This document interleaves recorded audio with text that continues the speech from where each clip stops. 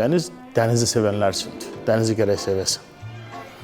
Dənizlə gərək barışasan, onunla gərək lolo dildə desə, dil tapıb işləməyə bacarasan. Hər bir kəsin arzusu olur ki, məsələn, hansısa bir sənəti seçəndə, o gərək həmişə dərindən fikirləşə. Dərindən bir qərara gələ ki, həqiqətən də o seçiyi peşə uyğun işləyə biləcək, işləməyəcək. Dəniz isə mən deyərdim peşələrin içində ən ağırı, ən şərəflisi, ən dözümlüsü. Kapitan hər an qəti qərarı olmalıdır, öz fikrində bütöv olmalıdır və gəminin, heyətin, dövlətin mənafeyini qorumalıdır. Mənim nəslim özü dənizçi nəslidir, dayılarım, qardaşım. Mən dayımın məsləhəti ilə 80-ci ildə o vaxtki Qafurov müəllim dənizçilik məktəbinə qəbul olmuşam.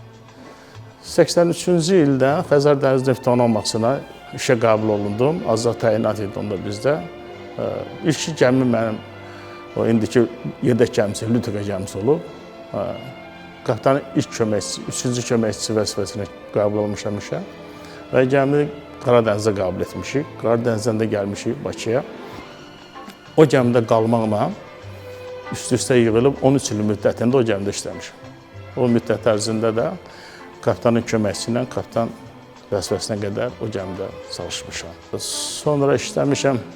İsrafil Hüseynov gəmisi var bizdə, Borucuzən gəmi. Orada da bir 7-8 il kapitan vəzifəsində çalışmışam. Ondan sonra yenə də qayıtmışam yedək gəmilərinə.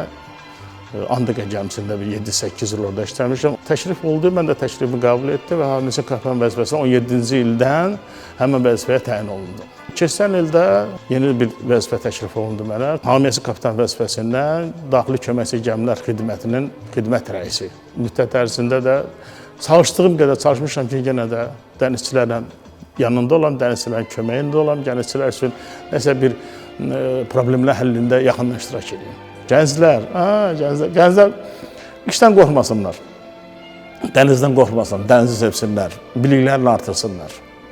Çalışsınlar ki, beynəlxalq tələblər çıxıb, təzə tələblər, onlara uyğun hərəkət etsinlər.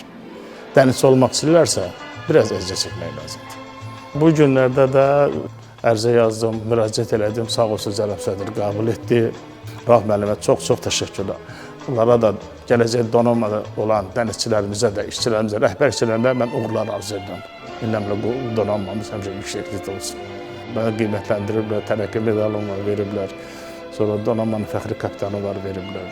Neft şirkətindən də var, bir fəxri kapitan var. Sonra kapitan Dalil uzaq səfərlər kapitan, o da bir medalım var. Qiymətləndiriblər, Allah canlasın. Çünki mən öz zəhmətimlə, öz əziyyətimlə bu donanma üçün çalışmışam, həqiqətən də vicdanla çalışmışam. Çünki hər bir vətəndaş öz dövlətini, öz idarəsini qabağa getməsində, irəli getməsində müəyyən işlər görməlidir. Mən də onu eləmişəm. Mən vidalaşmıram ki, ata, mən buradayam. Həmişə varam, həmişə də olacaq. Cənab Sədr də dedi, sənin öz evindür Şakir.